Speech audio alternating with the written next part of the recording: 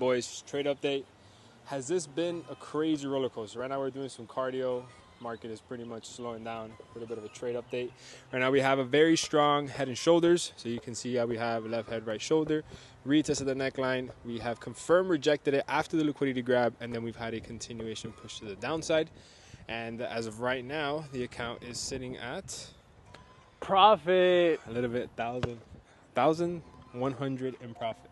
So you want to know what's fucked up? What? We were at this exact same point yesterday when we were here playing basketball. And now we are at the same exact spot. So the account is back up. GBP AUD, we had a major pullback into this area, which we might be looking for sells tonight for London session. So make sure you turn on your notifications because I might do an update tonight where I might close AUD CAD and then enter GBP CAD.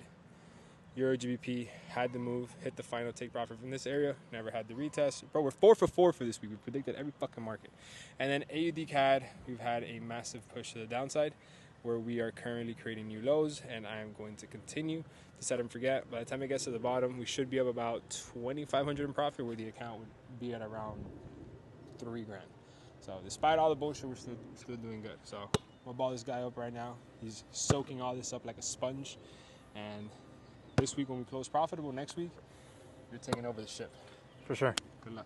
Let me see what you got. Go. I don't have much. This is your time to shine, brother. 100% missed. 100%. No doubt in my mind, he airballed the fuck out of that. You airballed, right? No, they touched, but like fucking horrible.